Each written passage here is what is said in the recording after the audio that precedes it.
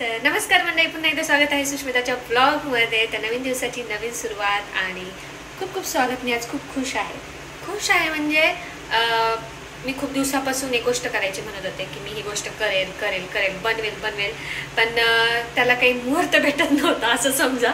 तर म्हटलं चला आज फायनली आपण बनवूयात, कारण आज माझा मूड खूप छान आहे आणि जास्त म्हणजे मला थकवा पण नाही आहे. कारण काय होतं, आता तुम्हालाही माहिती आहे माझी अवस्था कशी आहे, तर त्याच्यामुळे कधी कधी मला थोडंसं थकवा येतोच थोडाफार. पण आज मी एकदम फ्रेश आहे आणि आज दिवसभरात मस्त आज माझ्या आवडीची भाजी केली होती मी, पालक डाळ. आणि पालक म्हटले की काय सांगायलाच नको, मला खूप जास्त आवडते आणि ते स्पेशली मी माझ्या हातची फार आवडते. तर मस्त पालक डाळ आणि भात बनवला होता, छान पोटभर जेवण केलं होतं आणि तुम्ही बघायलाच पुढे. तर चला आता वाजलेले आहेत संध्याकाळचे 4 वाजलेले आहेत, म्हणजे फार संध्याकाळ पण नाही झाली म्हणा, इव्हिनिंगचे 4 वाजलेले आहेत. तर म्हटलं चला आपल्याला खूप दिवसापासून एक गोष्ट बनवायची होती, कॅप्शनवर तुम्हाला कळालेलंच आहे.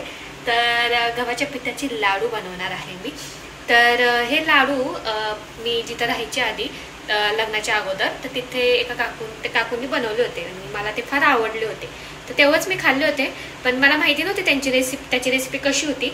मग मे बी ते सेम लाडू होते का नाही मला माहिती नाही, पण मला फार आवडले होते.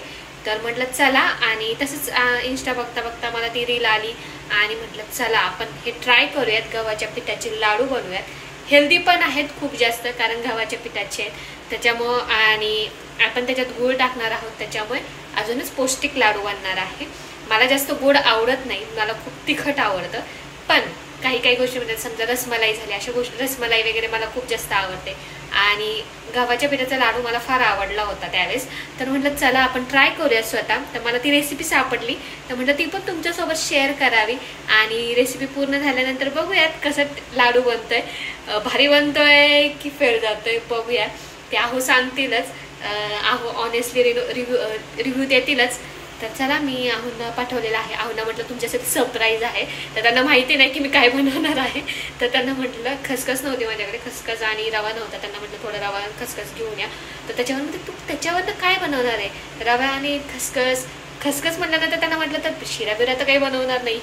तर मग आता त्यांना कन्फ्युजन आहे, तर मी सांगणार नाही. तर चला आपण सुरुवात करूया. पण सगळ्यात महत्त्वाचं, लाईक शेअर सबस्क्राईब केलं नसेल आपल्या चॅनलला तर नक्की करा. ब्लॉग कंटिन्यू करा, पूर्ण बघा आणि रेसिपी आवडली तर नक्की कमेंट करून सांगा. चलो चलते हे. तर दुपारच्या जेवणासाठी मी बनवलेली आहे पालकाची भाजी. तर पालक डाळ बनवलेली आहे आणि खूप छान झाली होती, खूप टेस्टी लागत होती. तुम्ही पाहू शकता किती छान झाली. मी त्याला पालकला छान ग्राइंड करून घेतलं होतं. मी चिरून नाही टाकत, ग्राइंड करून टाकते, त्यामुळे जास्त छान लागते. आणि इथं जेवण करण्यासाठी घेतलं तर छान मिक्स केलं, तर हिरवागार असा छान राईस खूप भारी झाला होता. त्यानंतर मी ठरवलं होतं, जसं तुम्ही कॅप्शनवरनं वाचलंच असेल की गव्हाच्या पिठाचे लाडू बनवले. तर इथं मी 4 कप गव्हाचं पीठ घेतलं, म्हणजे छोटे कप घेतले. तर त्याच्या हाफ कप आपल्याला, म्हणजे जर 4 कप घेतले तर 2 कप रवा टाकायचा. तर 2 कप घेतले तर 1 कप रवा टाकायचा, 1 कप बेसन टाकायचा, असं माप घ्यायचं. तर आता मी 4 कपानुसार 4चे हाफ 2, तर 2-2नी तसं केलं मी. तर तुम्ही तसं करू शकता तुमच्या मापानुसार. तर ह्याच्यामध्ये मी घेतले गव्हाचं पीठ, त्याच्यानंतर थोडासा रवा, त्याच्यानंतर टाकलेलं आहे बेसन. आणि बेसन टाकल्यानंतर हे सगळं व्यवस्थित एकजीव करून घ्यायचं. थोड्या साईडला तूप गरम करायला ठेवायचं आणि तुपाचं मोहन आपल्याला ह्याच्यात टाकायचं आहे आणि त्याच्यानंतर ते तुपाचं मोहन टाकल्यानंतर मिक्स करून घ्यायचं. तर मी आधी हे जे रवा आणि बेसन पीठ वगैरे टाकलेलं आहे आणि गव्हाचं पीठ ते आधी एकजीव करून घेते, व्यवस्थित मिक्स करून घेते, म्हणजे तूप टाकल्यानंतर परत अजून छान एकजीव होईल. तर अशा प्रकारे माझं तूप ऑलमोस्ट गरम झालेलं होतं आणि ते आता मी टाकते आहे. तर थोडंसंच टाकायचं, तुम्हाला तूप जेवढं आवडतं तेवढं. खूप पण तुपाचं प्रमाण पडलं नाही पाहिजे, नाहीतर खूपच व्यवस्थित लाडू होणार नाही. तर इथं मी 2-3 चमचे तूप टाकलेलं आहे आणि हे आता छान मळून घेते. आधी मिक्स करून घेते हे तूप आणि हे पूर्ण पीठ, आणि हे सगळं एकजीव झालं, तूप थोडंसं सगळीकडं मिक्स झालं की मग आपल्याला त्याच्यात हळूहळू पाणी टाकायचे. पाणी टाकून पीठ छान मळून घ्यायचे. पीठ आता मळताना जसं आपण चपातीचं पीठ मळतो अशाच प्रकारे पीठ मळायचं आहे मीडियममध्ये. खूप पातळ नाही आणि खूप असं असं दाटसर पण नाही पाहिजे पीठ आपल्याला. त्याला आपल्याला लाटायचं नाही. त्याला एकदा पीठ मळून झालं की मग ते आपल्याला तळून घ्यायचं आहे. तर पीठ हळूहळू पाणी टाकत थोडं करत आपल्याला पीठ मळून घ्यायचं. तर तुम्ही पाहू शकता मी हळूहळू पाणी टाकत व्यवस्थित पीठ एकजीव करून छान मळून घेते. तर हे सगळं एकजीव झालं पाहिजे. ऑलमोस्ट माझं पीठ मळत आलेलंच आहे आणि अजून थोडंसं मी त्याला व्यवस्थित मळून घेतलं. इथं पाहू शकता पिठाची कन्सिस्टन्सी कशी आहे. तर अशा प्रकारे झाली पाहिजे पीठ व्यवस्थित मळून. त्याला रेस्टिंगसाठी ठेवायचं. 5-10 मिनटं मी ठेवलं होतं जेणेकरून छान मुरतं पीठ. आता हे पीठ मळून झालेलं आहे, रेस्ट पण करून झालेलं आहे. तर ह्याचे छान असे तुम्ही पाहू शकता मी कसे छोटे छोटे गोळे बनवते आणि हे अशा प्रकारे तुम्ही बनवायचे आहेत म्हणजे एक करून.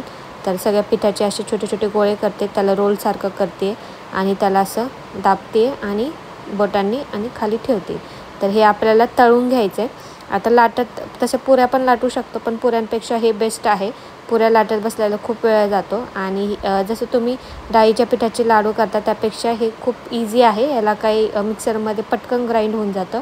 त्याला काही असं वेळ लागत नाही ग्राइंड व्हायला, कारण हे खूप मऊ असतात लाडू खाण्यासाठी.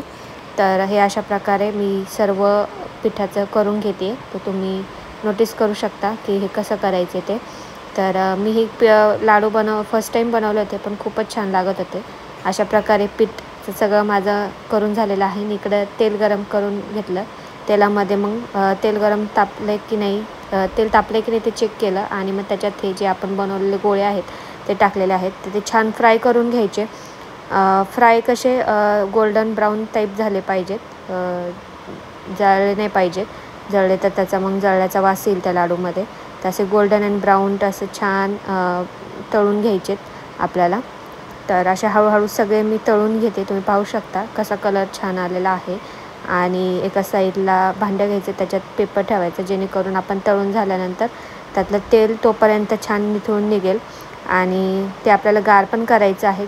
गार केलं हे की गार झाल्यानंतर त्याला आपल्याला छोटे छोटे तुकडे करायचे बारीक एका प्लेटमध्ये करून घ्यायचे. इथं पाहू शकते हे माझं दहीवड्याचं पीठ मी करून ठेवलं होतं, सकाळी भिजत ठेवलं होतं. इकडे दहीवड्याची साईड बाय साईड तयारी चाललेली आहे आणि साईड बाय साईड माझे लाडूची तयारी चाललेली आहे. तर अशा प्रकारे मी जे भुगा केला होता आधी हाताने तोडून घेतलं होतं आणि त्याचा मग मिक्सरमध्ये वाटून घेतलेलं आहे. ते तुम्हाला दाखवते मी. इथं पाहू शकता इथं आधी ह्याचे तुकडे छोटे छोटे करून घेतले होते गार झाल्यानंतर आणि आता ते मिक्सरमध्ये बारीक वाटून घ्यायचे आपल्याला. इकडे आपले दहीवड्याचे वडे पण तळून झालेले आहेत. दहीवडा आणि इकडे तूप तापायला ठेवलेलं आहे. तुपामध्ये आपल्याला टाकायचं आहे हा गूळ जो आहे मी खिसून घेतलेला आहे. गूळ टाकायचं आहे त्या तुपामध्ये ते आणि थोडंसं नंतर पिघळल्यानंतर त्याच्यात थोडं पाणी टाकायचं आहे आणि इलायची टाकायची आहे. आणि मी इथं काजू बदामचं मिक्सरमध्ये वाटून टाकलेलं आहे. तुम्ही डायरेक्ट चाकूने छोटे छोटे बारीक तुकडे करूनसुद्धा तुपात थोडे तळूनसुद्धा तुम्ही डायरेक्ट तसंही टाकू शकता किंवा असंही टाकू शकतात. तर मी डायरेक्ट टाकलेलं आहे, मला डायरेक्ट आवडतात म्हणून. तर हळूहळू आता या सगळं मिक्सर आपल्याला मिक्स करायचे, त्याचे लाडू बांधायचे. तर हे गुळाचं जे मोहन आहे तुपामध्ये आपण टाकलं होतं ते मेल्ट करून घेतलं होतं ते आता हळूहळू आधी चमच्याने मी गरम आहे त्याच्यामुळे हळूहळू एकजीव करून घेत आहे आणि ते आपल्याला छान मिक्स करायचं आहे. हळूहळू टाकायचं आहे आणि जसं गोड पाहिजे तसं तुम्ही मोहन टाकू शकता. इथं आमचे आहो मस्तपैकी लाडू मळत आहेत. तर ते म्हटले मी तुला मळून दाखवते. तर एक्सपिरियन्स पर्सन जे आहेत आपले तर त्यांनी लाडू बनवला होता मी एक परत अर्धा तोडलाय टेस्टिंग करतोय. सांगा त्याचे छोटे छोटे लाडू बनवून घेतोय. अशा प्रकारे आपल्या लाडूचं सारण झालेलं आहे. आता फक्त लाडू बांधायचे. हे असे छोटे छोटे लाडू, हे आव्हानचे लाडू. आव्हानचे हात मोठे आहेत, माझे हात छोटे. ॲक्च्युली मला छोटे छोटे बनवायचे कारण मोठे मोठे कसं एकदम खाऊ वाटत नाही, म्हणून मी छोटे छोटे बनवते. बाकी तुमच्या ह्याच्यावर तुम्हाला किती मोठे बनवायचे किती छोटे बनवायचे. मी छोटे छोटे बनवते कारण मग एका वेळेस छोटे छान वाटतात लाईटली आणि हे मोठे मी बनवले. तर अशा प्रकारे लाडू आता मस्त सगळे लाडू मळून घेते. तुम्हाला रेसिपी आवडली असेल तर नक्की कमेंट करून सांगा. मी आता सगळे लाडू करून घेते आणि आपले दहीवडे पण झाले. दहीवडेवर पण तुम्हाला दाखवते.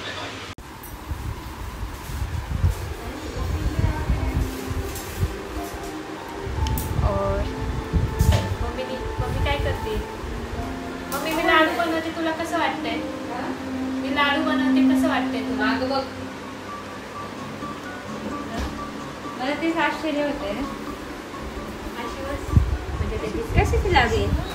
हे गव्हाच्या पिठाचे लाडू. खूप बरं वाटतं बाई. असं काहीतरी नवीन बनवते. पौष्टिक लाडू बनवले. अनएक्सपेक्टेड होता आमच्यासाठी. त्यांना माहितीच नव्हतं मी असं काही बनवणार आहे. फक्त म्हणलं दहीवडा आहे, दहीवडा खायला या. झालंय तोपर्यंत त्यांचं नशीब तुम्ही असतो. आणि म्हणत होते की होणारच नाही अगं, कारण आव्हांनी केलेले आहेत ना दिवाळीच्या वेळेस लाडू. मी तर कधीच आयुष्यात आत्तापर्यंत कधी लाडू केले नाही, कधी मळले पण नाही. माझ्या आयुष्यातले पहिल्यांदा मी लाडू करते. मागच्या दिवाळीला तर आव्हांनीच घरी सासरी गेलो होतं, त्यावेळेस त्यांनी आईंना मदत केली होती. तर ते म्हटले की मला लाडूचा एक्सपिरियन्स आहे, तुला नाही होणार नाही. त्यात कारण झालेले आहेत लाडू. हां मला बघ खावशी वाटते.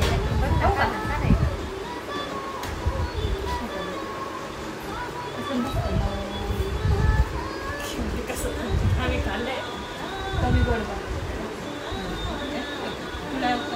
कमी गोड मी कमी गोड बनवलेले आहे, जास्त गोड नाही बनवलेले. साखर कमी खायची त्याच्यामुळे खूप कमी गोड बनवले. हो जमले जमले.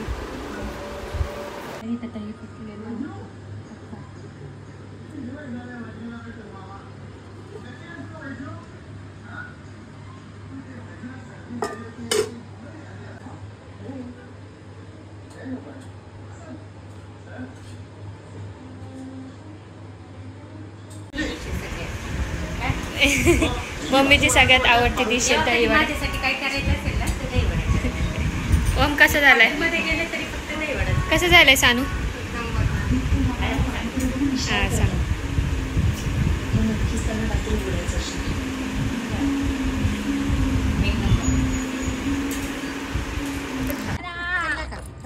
माझा आवडतो दहीवडा खायला. तरी अचानक फोन केला. राहायचं ना. सकाळ शाळा आहे नाही तिची पण कॉलेज आहे, ह्यालाच फक्त सुट्टी. याचा एक क्लास आहे. मग सारखं शेड्यूल. स्विमिंग पूलचं करायचं ना उद्या. चला बंद आहे. त्या बंद आहे. कोण बोललो? ठीक आहे मला नाही करायचं. याला ध्रुवला करायला हे केलंय.